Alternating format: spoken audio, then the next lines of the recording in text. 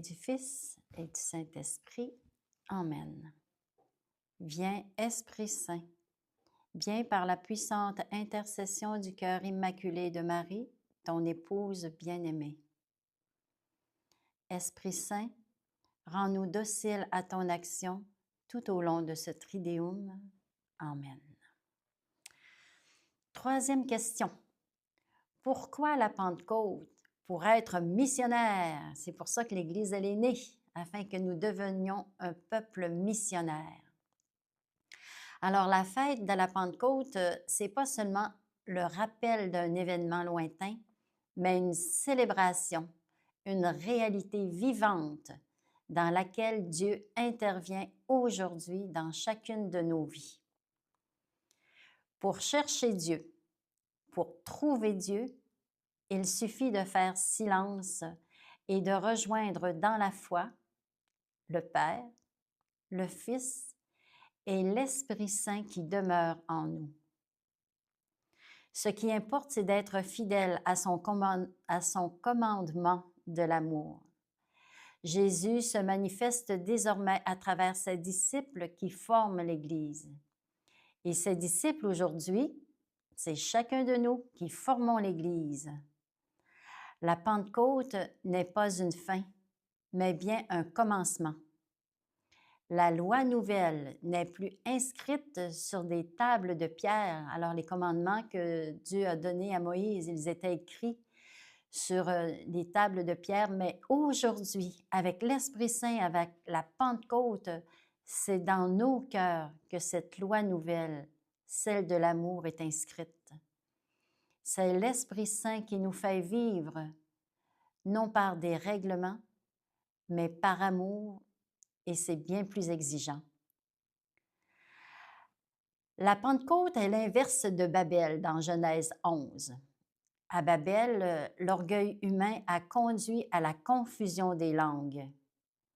À la Pentecôte, avec les langues de feu qui sont descendues sur les apôtres, l'humanité du Christ conduit à l'unité des cœurs.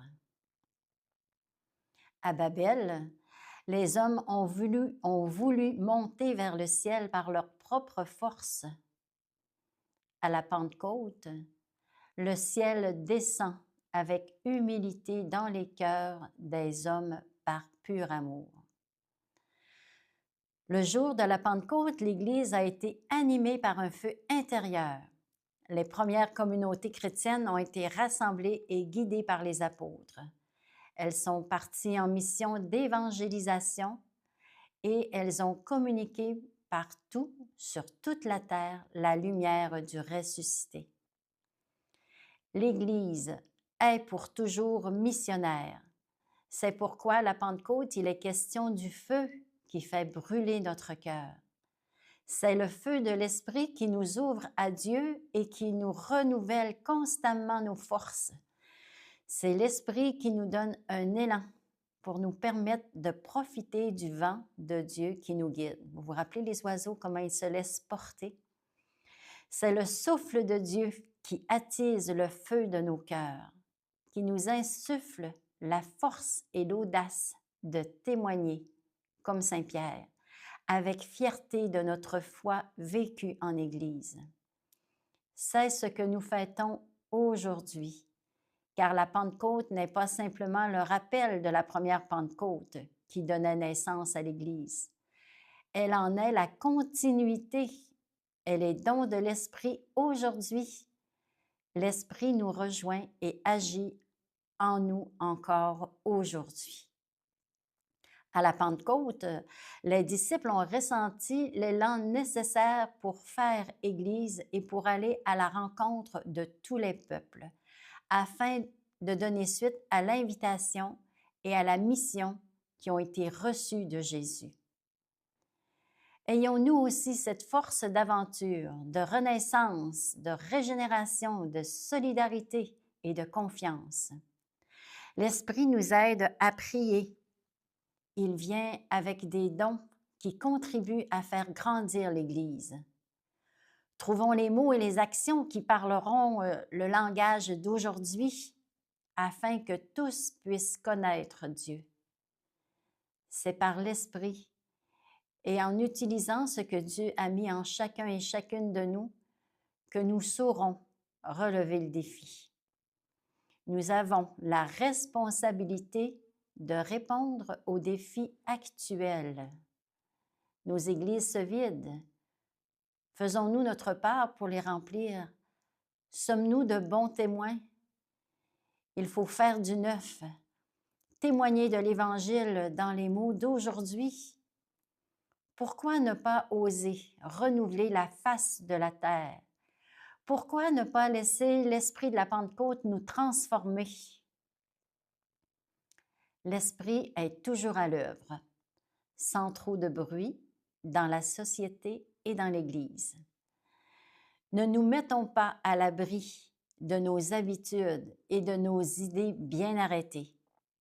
Au contraire, hissons nos voiles et laissons l'Esprit souffler, qu'il nous donne le goût d'aller plus loin au plus intime de nos cœurs, qu'il chasse les nuages noirs de la tempête, qu'il enlève la poussière accumulée sur nos institutions, qu'il nous ouvre de nouveaux horizons d'avenir. N'est-il pas le Dieu des commencements et des recommencements? Avant de monter au ciel, les tout derniers mots de Jésus, avant l'ascension dans Acte 8, il nous disait « Vous allez recevoir une puissance ». Alors, le mot grec, il est très fort. Vous allez recevoir une puissance, c'est dynamis en grec, c'est-à-dire de la dynamite. C'est dynamique. Vous allez recevoir une puissance, une force, une quantité de dynamite quand le Saint-Esprit viendra sur vous. On peut penser aussi qu'est-ce que ça a pris comme force pour ramener Jésus à la vie. Et c'est l'Esprit Saint qui l'a fait. Et l'Esprit Saint habite en chacun de nous. Alors Jésus nous dit, « Vous serez mes témoins à Jérusalem, dans la Judée, la Samarie et jusqu'aux extrémités de la terre. » C'est un peu loin pour nous, là. Alors je vais traduire pour nous aujourd'hui. Ça veut dire, là où vous êtes, selon la géographie, ça veut dire par exemple, si j'habite à Saint-Félicien, je serai témoin à Saint-Félicien, au Saguenay, à Montréal, à Paris, jusqu'en Chine. C'est toujours plus loin, toujours au-delà. C'est ça la Pentecôte. L'Église est née pour que nous soyons des disciples missionnaires. L'Église, c'est chacun de nous. Répondons ensemble au désir de Jésus dans Luc 12, 49 qui dit « Je suis venu allumer un feu sur la terre, et comme je voudrais qu'il soit déjà allumé. » Maintenant, si vous le voulez bien, nous allons lire ensemble la prière de la consécration à l'Esprit Saint. Ô Saint-Esprit, divin esprit de lumière et d'amour, je vous consacre mon intelligence, mon cœur, ma volonté et tout mon être pour le temps et pour l'éternité. Que mon intelligence soit toujours docile à vos célestes inspirations et à l'enseignement de la Sainte Église catholique dont vous êtes le guide infaillible. Que mon cœur soit toujours enflammé de l'amour de Dieu et du prochain. Que ma volonté soit toujours conforme à la volonté divine et que toute ma vie soit une imitation fidèle de la vie et des vertus de notre Seigneur et Sauveur Jésus-Christ, à qui, avec le Père et vous, ô Saint-Esprit, honneur et gloire à jamais. Amen. Sainte Helena Guéra, priez pour nous. Alors, oui, moi, le métier de sacristaine, c'est un métier que moi, j'adore. La façon que c'est arrivé, c'est que j'ai eu l'influenza, ça a duré 1 an et demi. Après, je me suis dit, faut que je me trouve quelque chose que j'aime. Et puis, je suis allée, un addon, je suis allée à la messe anniversaire de mon beau-frère. Puis dans le feuillet paroissial, c'était écrit « Nous demandons un sacristain, une sacristaine à l'église Notre-Dame ». Oh là, le cœur m'a débattu. Là, j'ai dit « Ça, c'est une job qui est faite pour moi ». Fait que là, j'ai rendez-vous le lendemain. Oh là, je shakeais comme une feuille. J'ai dit « Faut que je l'aie, faut que je l'aie ». Puis j'ai été acceptée tout de suite dans l'après-midi. Puis je vais vous dire une chose, là. S'il y en a qui ont l'appel du bon Dieu, ben moi, je l'ai eu. J'ai eu l'appel du Seigneur, le bon Dieu, parce que quand je rentre, moi, dans l'église, là, la première chose que je fais, je déborde la porte, j'ouvre, je la referme, et puis je regarde du côté à gauche parce qu'ils sont là. Puis là, je leur dis « Salut, je viens vous voir tantôt. » Puis là, je m'assois, je vais les voir, je m'assois, puis là, je leur parle. « Comment ça va, vous autres? » Moi, ça va bien. Puis la Vierge Marie, c'est pareil. Puis Seigneur Jésus, j'y touche aux orteils pour être sûre d'y toucher. Puis je vais vous dire, là, le cœur me débat tellement quand je rentre dans l'église, là.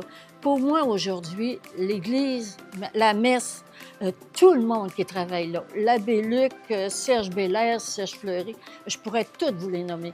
Les gens qui viennent à la messe, aujourd'hui, c'est ma famille. C'est toute ma famille. Je les aime de tout mon cœur.